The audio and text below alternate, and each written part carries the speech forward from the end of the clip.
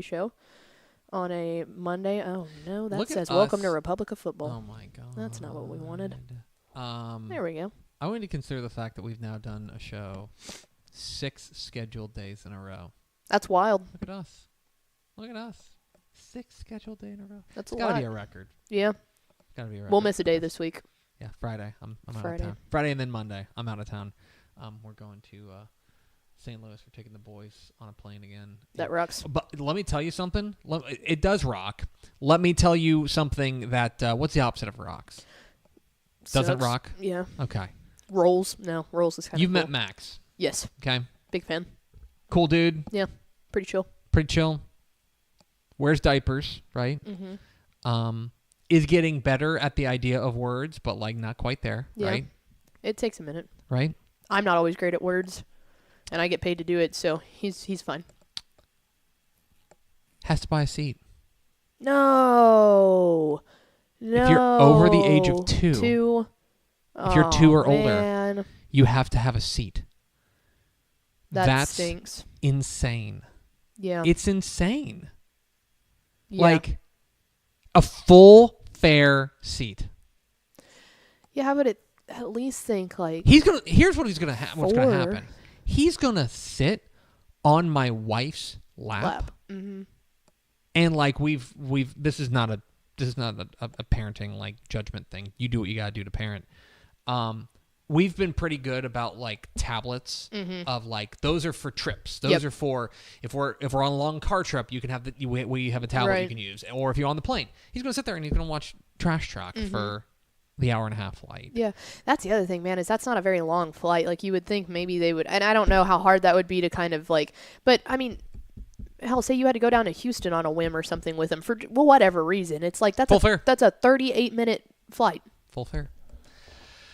Full fare. Anyway, I'm not mad. Because I do understand if it was like a 4-hour flight to where they're going to get antsy and they probably need a little bit more room to, like, run around or something like that. Like, sitting on someone's lap for 4 hours is probably not the best idea, but for an hour and a half, that's... Did you watch the Oscars last night? I did not, no. Okay. We watched a little bit of the Oscars. We watched, my wife really wanted to see Ryan Gosling perform. Have you seen it? I haven't seen the performance. I saw the pink suit, though. Was it awesome? Good. Okay, I need to go back and watch it. It's about 3 minutes. It's very good. Okay. Worth your time. I love the Barbie movie, so that's not hard to convince. It was a big night for the culture. Yeah. For dork culture. What? Wes Anderson won his first Oscar. Yeah. Wes Anderson finally won an Oscar.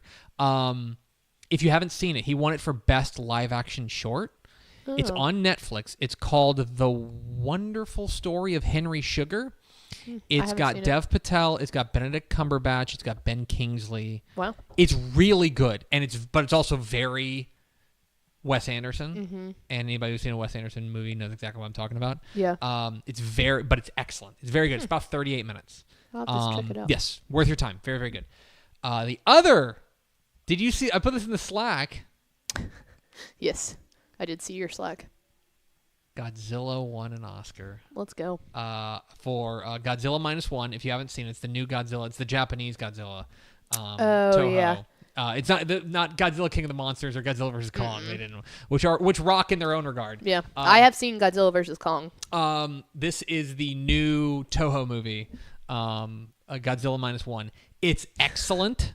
It's excellent. It's very, very good. And it won for best visual graphics.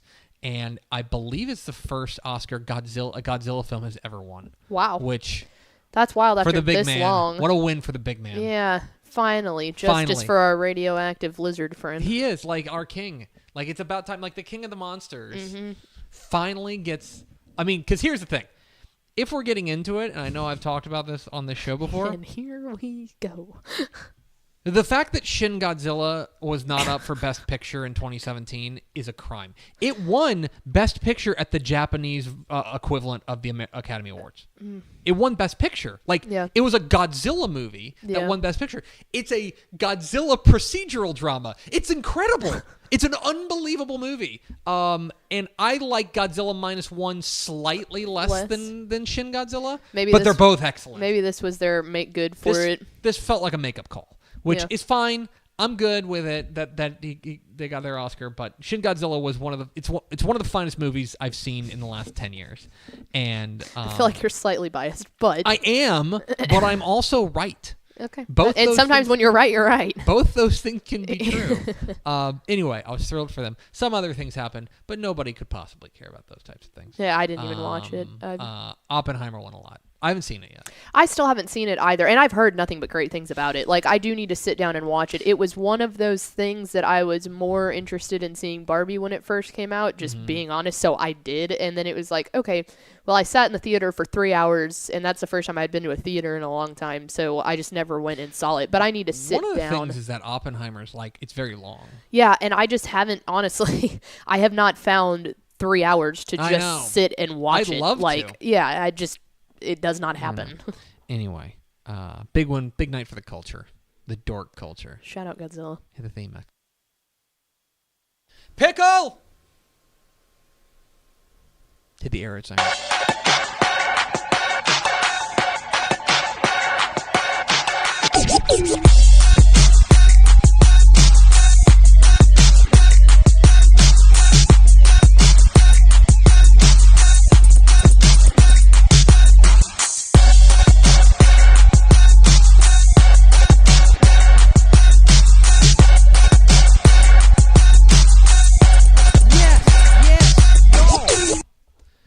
From the Dave Campbell's Texas Football Mothership here in beautiful. Nope. I did that the second time I've done that. I'm so used to it. And I also feel at home. That's true. From the Dave Campbell's Texas Football Bachelorette Pad here in an undisclosed location. It is Texas Football Today, a show that I swear does know where it is. Sometimes. I do. Not right now, but I do generally. My name is Greg Tupper. I'm the managing editor of Dave Campbell's Texas Football, a magazine, TexasFootball.com, a corresponding website. Thank you for spending part of your day with us, whether you're watching us live, TexasFootball.com, Facebook, YouTube, or Twitter, or you'll listen to the podcast, which you can subscribe to on the podcast vendor of your choice. Either way, thank you for doing your part. Support your local, mediocre internet show. I'm sitting over there at the helm today, making us sound good. She's the Duchess of the Dorks, Miss 305, fresh off a trip to the rodeo. She's Ashley Pickle. Yeah, I did. Shout out to our buddy Matt Wilson. He got us tickets to the American Rodeo. Was that Globe Life Field? Yeah, Globe Life Field. So the big rodeo day was Saturday, but we went Friday, and it was interesting. It was the American Horseman. So it's a lot of different type of events. Like one of them is the horse sprints, and then they see how fast they can stop. It was pretty cool. I like that. Yeah. Have you seen, I went with Powers and his wife, and Rebecca, his wife, brought up a really good point. The clip that went viral with Snoop Dogg and Kevin Hart talking about the equestrian, how the horses are kind of dancing and stuff. It's kind of like that. It wasn't equestrian. It was a little bit more like rodeo-esque stuff, but it was like that. Like they each did their own event. The horse twirled like this. That was my favorite part. Cool. So yeah. And a Luke Bryan concert, right? Yeah, Luke Bryan. You don't realize. Down? Yeah. You don't realize how many Luke Bryan songs you know just off of like it being super mainstream. You know, I wouldn't say that Luke Bryan's like my all-time favorite artist, right. but it plays. They play it's everywhere. Like songs you hear in the zeitgeist, like as a thinking human who exists in society. You know who I was like that with recently was Drake. Yeah, like that's a good one. I never realized how many, like, it happened like 3 times in a week that I was like, oh, I like this song. Yep. Like I've heard this before. Who is this? And the answer was Drake. Yeah. Like mine has always been Maroon 5. Oh yeah. Had zero clue how many stinking Maroon 5 songs, and that's what everyone said that we were there with. They were like, yeah, obviously, like, we know of Luke Bryan and all that stuff, and I know a couple songs, and they were like, I looked through Spotify, and it was like, I know that one, I know that one, I know that one, I know that one. It was like just crazy. But yeah, he put on a good show. Today is Monday, March 11th, 2024. It is 262 days till Thanksgiving. In what I can only describe as a major upset, happy 53rd birthday to Johnny Knoxville. How has he made it 53 years? That is an astonishing accomplishment. Like that might be every year that he has a birthday might be the most shocking. It is ever. Amazing. The stuff he has done and the things that he has put himself through for our entertainment. A salute to you, a king, John in Knoxville. Well done. Happy 53rd birthday. It's episode 1743. Correct. Nailed it. On today's show, folks, we got headlines from across the state, including a major, pretty seismic Texas high school football coaching change, and they're trying to ruin college football. Volume 7. We'll talk about that. And then back half the show, we're going to be joined by the new head coach of the Kerens Bobcats, Coach Brent Watkins. Fresh off of helping to guide Malakoff to a state championship as their defensive coordinator, he now gets a head coaching job there at Kerens. We're going to hear from him coming up here at the back half of the program if you stick around with us. Do we have first four through the door? We sure do. It was Aaron Arbuckle, Daniel Agnew, TJ Hudson, and Big Jiggly Water Balloons. Welcome in, fellas. Also, a shout out to Aaron Arbuckle because he said yeet, and then he said spring break yeet, to be exact. That's an elite yeet. Ooh, spring break yeet. Where does I've never met her, but where, and I never will, I guess. Where does spring break pickle rank on the ranking of pickles? I only did one spring break trip because, to be honest, I was always working. Yeah. I always, because conference basketball tournaments, which this is the first year in like 9 years that I haven't been working the Conference USA tournament. So, I mean, I don't know. I guess it wasn't like normal spring break. Yeah. I just worked and, did basketball competitions. Okay. Well. So it was fun. We can have our own spring break right now if you want. Spring break! Woo! All right, Pickle. Let's get to some headlines from across the state. And we need to start with what I think was probably the biggest breaking news from the past week. And it was the goings-on down near the coast. As Refugio head coach Jason Herring has stepped down as head coach of the Refugio Bobcats due to what the district is calling, quote, ongoing health concerns. Their longtime assistant coach Drew Cox is going to take over as head coach. Herring is going to remain in the role as Refugio ISD athletic director for now. So I will be honest about this. I want to be as candid as I can without betraying confidences here. This is something we had heard rumblings about for about a month, quite honestly. There had been rumblings about Coach Herring and his health, and that there may be a coaching change looming. So when this came down, I think it was not necessarily as shocking to me. This is not I'm not trying to make this about like, oh, I knew something you guys didn't. It's just for reasons. It was more sad than shocking. For to be reasons honest. I think you guys can probably understand. It's important to keep that confidential rather. But Coach Herring steps down after 17 seasons at Refugio. Before that, people may not remember, he's a West Texas guy. He had a couple of years at Wall and a real nice run at Sonora, where he led Sonora to the 2000 state championship. He's a guy who has 5 state championships, I believe, to his name. That feels knowable. Let me see if I can find that real quick.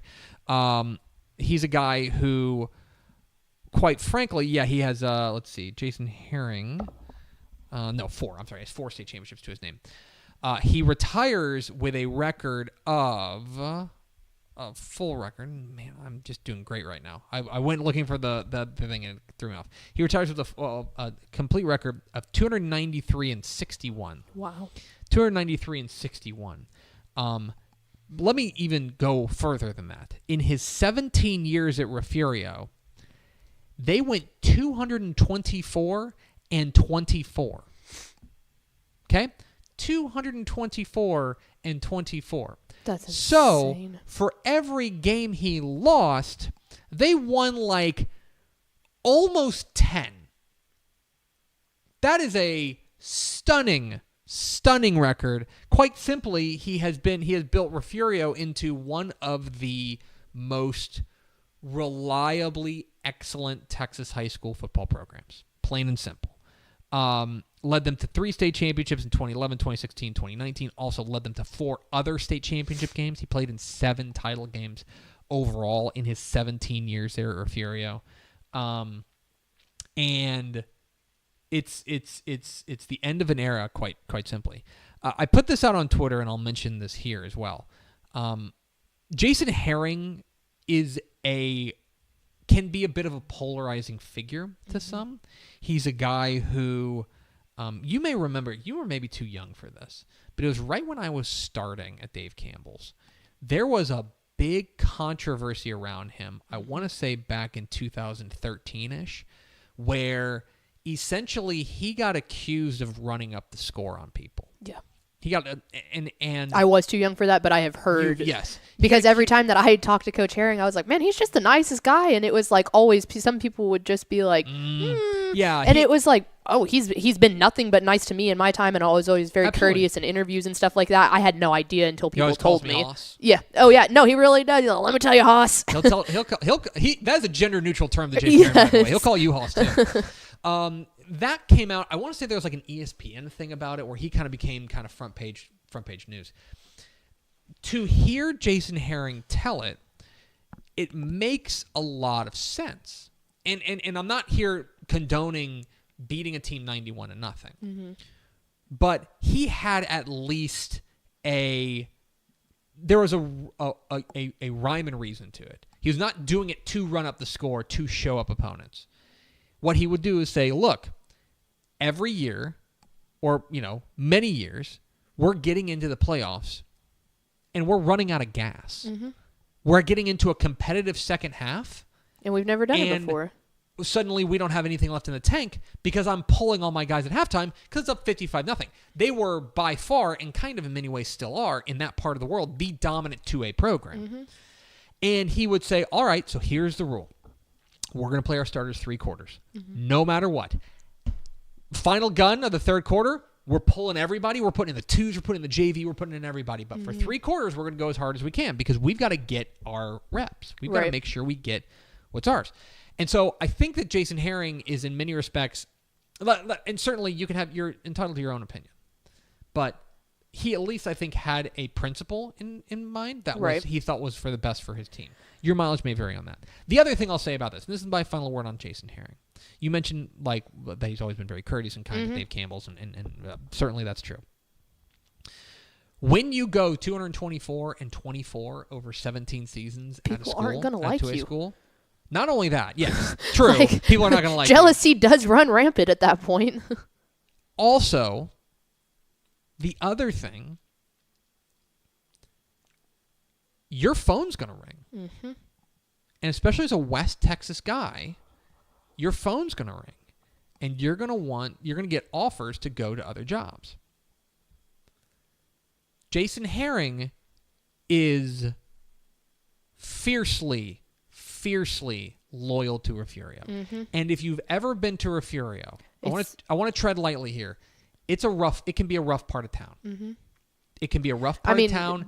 And when they got hammered by Hurricane Harvey, they were like near ground zero for Hurricane Harvey. Right. Well, I mean, they didn't even get to play in their home stadium for a portion of like a year or two ago because they had contractors walk out and they're like, you're risking it falling over, like quite literally. And so if that puts it into perspective. He is a guy who, and if you talk to him, he'll tell you the same thing, which is like, my heart is here. Mm-hmm. And I feel like I'm making a difference in this community. and making a difference in these kids' lives and these families' lives, why would I leave that? And I think there's a real nobility in that. And I think there's a real honor in that. And when I say that he's loyal to a community, that's what I mean. He had, I know for a fact, this is not a think I feel, this is I know he had opportunities to go other places. And I also know he turned all of them down. So Jason Herring, we certainly wish him the best. He is stepping down. Drew Cox will be the new head coach there at Refugio. Some other coaching changes from across the state. Birdville is open. Lon Holbrook is moving into Birdville IC Athletic Administration. That is going to open up a spot that has not been open since 2015 when Lon Holbrook took over. He's done a really masterful job there. 51-47, went 12-2 regional final appearance back in 2018, regional semifinals in 2019. They're going to move this. I think this is going to be something that moves pretty quickly. Birdville generally will move pretty quickly, but Birdville's open. Lon Holbrook has moved into athletic administration. Smithville has a new head coach. Fort Bend Ridgepoint co-offense coordinator Lane Newman will be the new head coach and athletic director at Smithville, taking over Cyril Atkins, who retired. Cyril Atkins, of course, was an alum there at Smithville. Newman is a Hondo guy that you may remember as former Texas A&M kicker Lane Newman. How about that? Taking over to be a head coach there at Smithville. He got his degree in College Station and then got his coaching career going. He's had stops at Crosby, Clearbrook, Baytown Lee, LaPorte, and George Rance. Houston area guy going to Smithville. Congratulations to Coach Newman. Merkel is open. Will Cates has announced he is leaving to become the new offensive coordinator at Eagle Mountain High School. You may remember that Eagle Mountain Brand new. poached Jeremy Mullins, the Toller head coach, who led Toller to a state championship game this past year. They now find a new offensive coordinator in Merkel head coach Will Cates to be their next offensive coordinator there. So keep an eye on that one. Merkel is going to post the job relatively quickly, says Matt Stepp at TexasFootball.com. You mentioned a couple of years ago that Refugio had to play all their games on the road. The same thing will go with two new UIL schools, Sugarland Harmony and Katy Harmony, which are two charter schools down there in the Houston area. They will play all of their games on the road this year after or at least all their district games on the road. After District 10 4A Division 2, their district executive committee ruled that they did not have the adequate facilities to host varsity football. The district came together, took a vote, and said that they do not have the adequate facilities to host football. This is different from the Refugio situation, which essentially the stadium, I don't want to say it was condemned, but it was like it was ruled not safe. Yeah, like literally, like people that are meant to do that said no, you can't. This is not a safety issue, but from what we understand, this is a facility issue in the sense of, do you have enough locker rooms? Do you have places for the bands? Do you have restrooms? Do you have things like that? That apparently Sugarland Harmony and Katy Harmony, according to the District 10 4A Division 2 District Executive Committee, do not, and as a result will play all of their District 10 4A Division 2 district games on the road. That's the district with Lamarck, Brookshire Royal, Sweeney, West Columbia, and Wharton. So are they going to have to play away games like that, or are they going to be at a neutral site? Because, I mean, there's other stadiums in Sugarland. Yeah, we'll find out. I do not know that. I just wonder if they would pay a rental fee or something to those teams. My guess is that this is a guess. This is a feel for the situation. My guess is that they're going to say, hey, Sweeney, you guys are supposed to be at our stadium. Can we use your stadium for free? And Sweeney's probably going to say, yeah, because then I get another home game. Yeah. Like maybe they split the gate or something, or like maybe Katy Harmony gets the gate. But yeah, my guess is that's what's going to happen. I could be wrong, certainly. I'm wrong a lot, but that is kind of the way that I think it'll go. Finally, I want to make sure we touch on this in the college football front. There's a lot of movement in the college footable playoff, which is attempting to ruin college football. Step said away games, so that's correct. Games, yeah. Did you see there were a couple of stories that came out that the college football playoff is looking at basically establishing a Big Two and other two as far as major conferences are concerned, the Big Ten and the SEC, and then kind of the ACC and the Big 12, the field, and then kind of everyone else.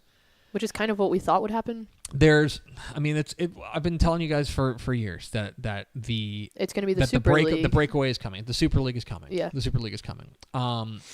The newest bit that came out was that they were considering auto buys for that if you win the Big Ten or you win the SEC, you are guaranteed to have a bye. Now, according to Heather Dinich at ESPN, the playoff may be backing off of that because of some backlash. That backlash included Sonny Dykes, who told ESPN last week, quote, automatic first-round buys for the Big Ten and SEC is like the NFL saying the Cowboys get a first-round bye since they have more fans than the Bengals. How preposterous is that? Honestly, that's exactly right. That's a fantastic point. Yes, it doesn't make any sense. No. No, that's not true. It does make sense, but what you are doing is that then you are essentially abandoning the concept that college football is some sort of fair and equitable sport. Yeah, which it's not. Maybe it's not, but it'll be full mask off at that point. Oh, yeah. Well, and the other side of that is all that to me just feels like the NCAA calling its own death at that point, because then what's going to happen is if other programs want to start moving into the SEC, say TCU's like, well, that's dumb, we're going to move into the SEC then, or we're going to move into the Big Ten then or something like that, then it's going to be too powerful for the NCAA to have any sort of regimented rules at that point. I agree. Anyway, it sounds like they may be backing off that, but it's been a bad offseason for college football, in my humble estimation. There are some headlines. Big NCAA guy, Greg Tepper. There are some headlines. We're Texas Football Today. We're here every weekday at noon on TexasFootball.com, talking football in the Lone Star State. You can follow us on Twitter at DCTF, like us on Facebook, Facebook.com/Dave Campbell's. Follow us on Instagram, Instagram.com/Dave Campbell's, and of course, see us at TexasFootball.com. Coming up here in just a moment, Brent Watkins, the new head coach of the Kerens Bobcats, will join us. But first, a word from these valued partners. I feel like bustin' loose, bustin' loose. Come on, get on up. Oh yeah, get on up. Bustin' loose when you wanna sing. Bustin' loose, baby, do your thing. Talking about bustin' loose, yeah. Hi, I'm Jennifer Potter, Executive Director of Be Well Texas. Too many people are struggling alone these days, and alcohol and drug deaths are increasing. We started Be Well Texas to offer high-quality, science-based addiction treatment and recovery services anywhere, even at home. We provide compassionate, caring support virtually or in person. In many cases, there is no cost for treatment if you don't have insurance. Really. Welcome to Be Well Texas. We're glad you're here. Wing is the largest residential drone delivery provider in the world, delivering to your home in less than 30 minutes. Order using an app just like other popular delivery services, and Wing's automated drone takes care of the rest.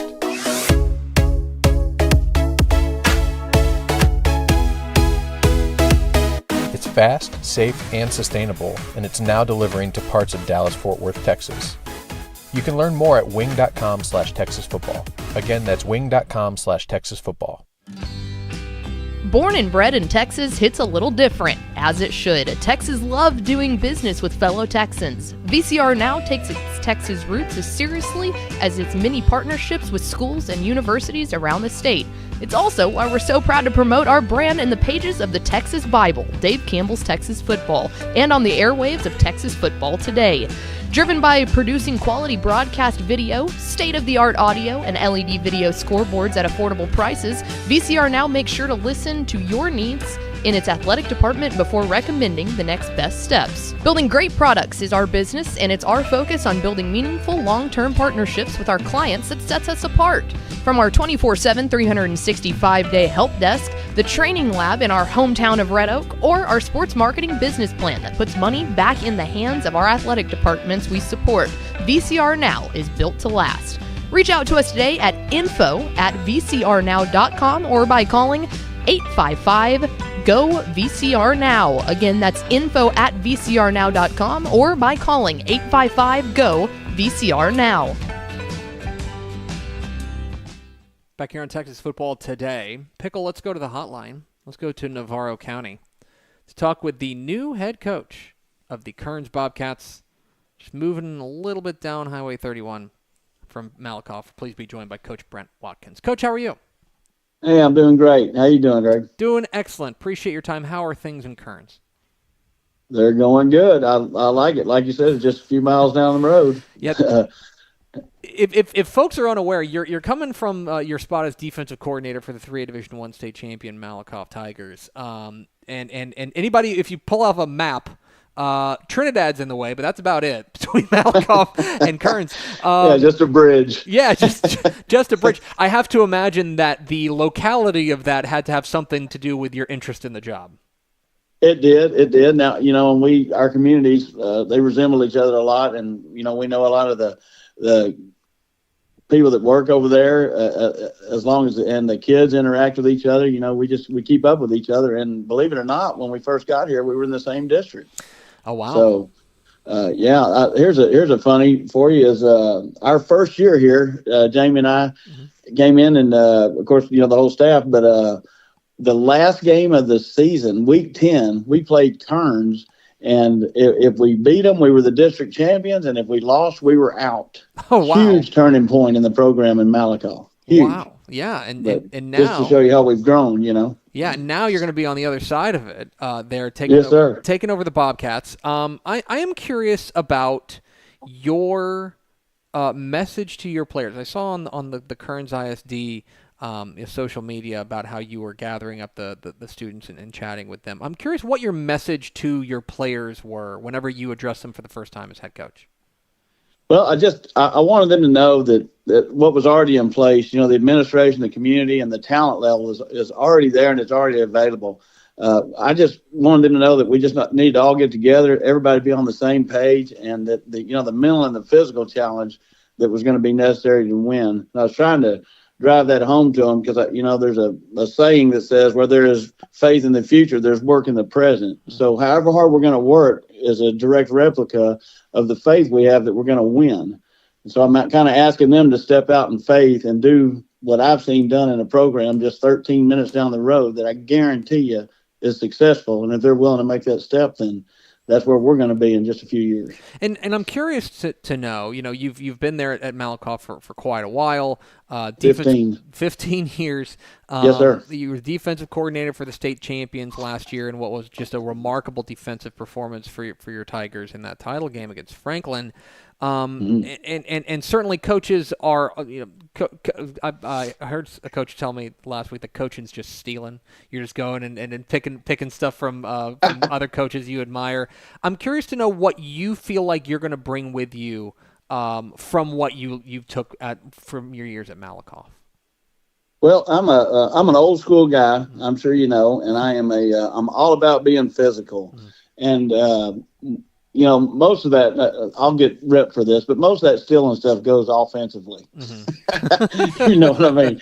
But defensively nowadays, the kids are just, it's all about toughness, Greg, and I see it. I've seen it happen, and I've seen the kids buy into the toughness that we had going on in the Malakoff plan. And, you've been around football for a long time, and you see what's on the grass. And the reason we won those last two games because we were just tougher kids, and the kids fought, and they get that through the off-season program and what Jamie brought and what we instituted at Malakoff. And as soon as we get that mentality and that physical toughness, then it's going to work. It's going to work, I promise. Talking with Brent Watkins, the new head coach of the Kerens Bobcats here on Texas Football Today. Get involved in the conversation at #TF Today. Coach, obviously the opportunity to be a head coach is and down the road from your current job has got to be appealing. But I have to imagine that there was, it wasn't an easy decision to leave. Why was it? What was it about the opportunity at Kerens that appealed to you the most? You're right. It's a tough move because, you just, like I said before, Jamie and I are just so close, and all the staff and everybody are there close, and the kids. It's a tough move, but you're in the business for the kids, and the thing that really gets the heartstrings is whenever you see a kid perform at a level that they didn't know that they could perform at, And just moving right down the road, like I said earlier, I've always known this town. I know the superintendent there well. I know another one of our great coaching friends, Gerald Hurd, is working there, and he's told me that these kids are a mirror image of what was at Malakoff, and just the opportunity to see that light and to also know that the Malakoff kids are still in great hands. To share that life, share that experience, and see it at a different level, maybe in a different venue. There's just nothing like that whenever you come to coaching. That's what I love about the job. Brent Watkins of Kerens joining us. And Coach, what's interesting to me is that you're taking over a program that I don't know if anybody would call it broke. I mean, playoffs the past couple of years, a 6-5 record this past year, making it to the playoffs again. So I'm curious, when you take a look at this squad that you're inheriting, this 2024 team specifically, what about them has you most excited?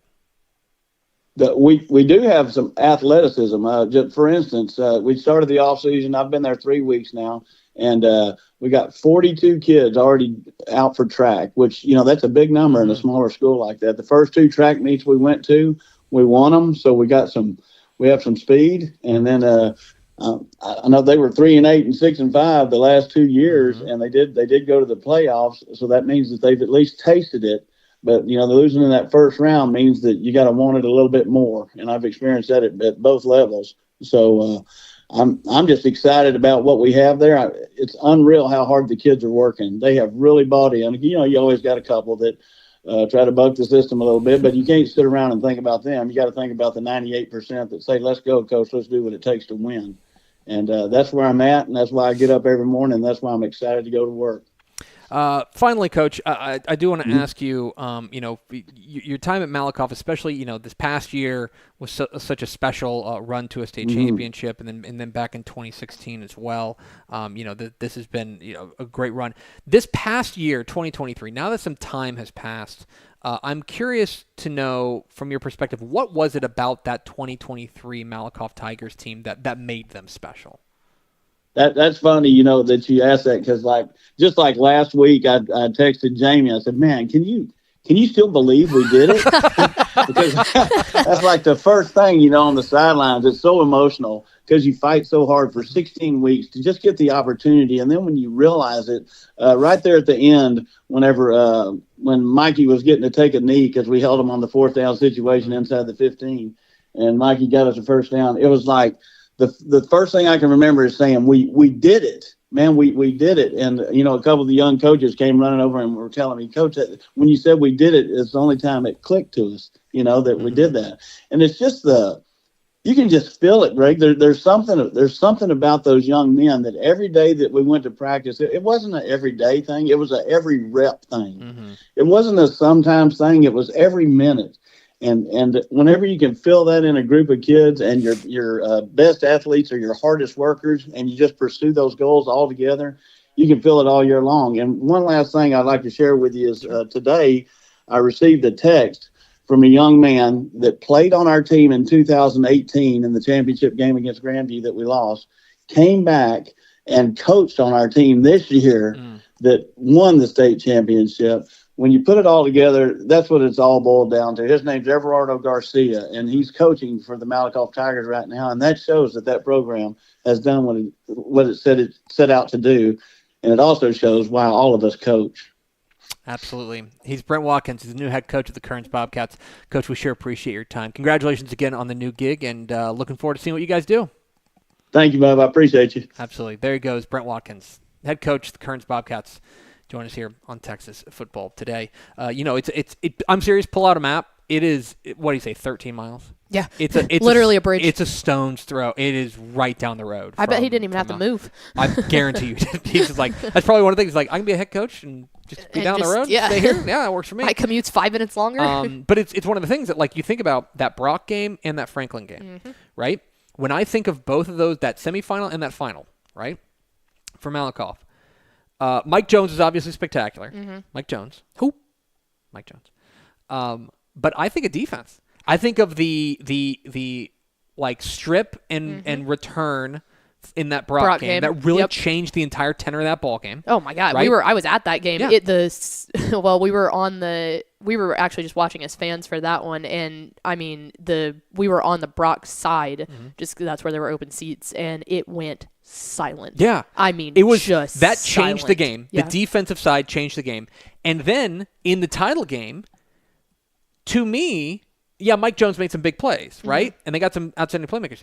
It was about that defense. That defense bowed its neck, came up with that fumble in the end zone, right? Right before Franklin was about to dive in for a touchdown. That was a big play. They came up with huge play after huge play, and Brent Watkins is the Well, they anticipated. The other thing that always is sticking in my mind is when they tried to throw for it on 4th down to get it into the end zone, and they were, I mean, every single time that Franklin tried to put the ball in the air, which they did a lot more this year than they had, Malakoff was there. They never let that scare him. Yeah, absolutely. It was a remarkable run for Malakoff, and now the Kerens Bobcats have poached their defensive coordinator to be their next head coach, Brent Watkins. We appreciate his time. Let's go over to Ashley Pickle for America's second favorite segment. Final thoughts. I'm sure we'll talk to Powers about this on Wednesday, but he was at the Under Armour camp in Dallas this past weekend. So if you're interested in some of the prospects that he saw and his thoughts on that, we have that up on TexasFootball.com as of this morning. Yesterday, A lot of good stuff on TexasFootball.com right now. We got our Photo of the Year contest rolling. Yeah, go vote. Go vote. There's I think 60, almost 60, maybe more than 60 photos submitted by outstanding contributing photographers, and you guys get to choose which one gets a 2-page spread in the 2024 summer edition of Dave Campbell's Texas Football, which is great, and also saves me from picking a photo to put in those 2 pages. Correct. So work smarter, not harder, guys. Do my work for me. That's going to do it for us. Thanks for spending a little bit of your day with us. Follow us on Twitter at DCTF. Like us on Facebook, facebook.com/Dave Campbell's. Follow us on Instagram, instagram.com/Dave Campbell's. And, of course, see us at texasfootball.com. Thanks again to Brent Watkins of the Kerens Bobcats for being our guest. For Ashley Pickle, I'm Greg Tepper. Vince Young, please get your Player of the Year trophy. We'll see you tomorrow on Texas Football Today.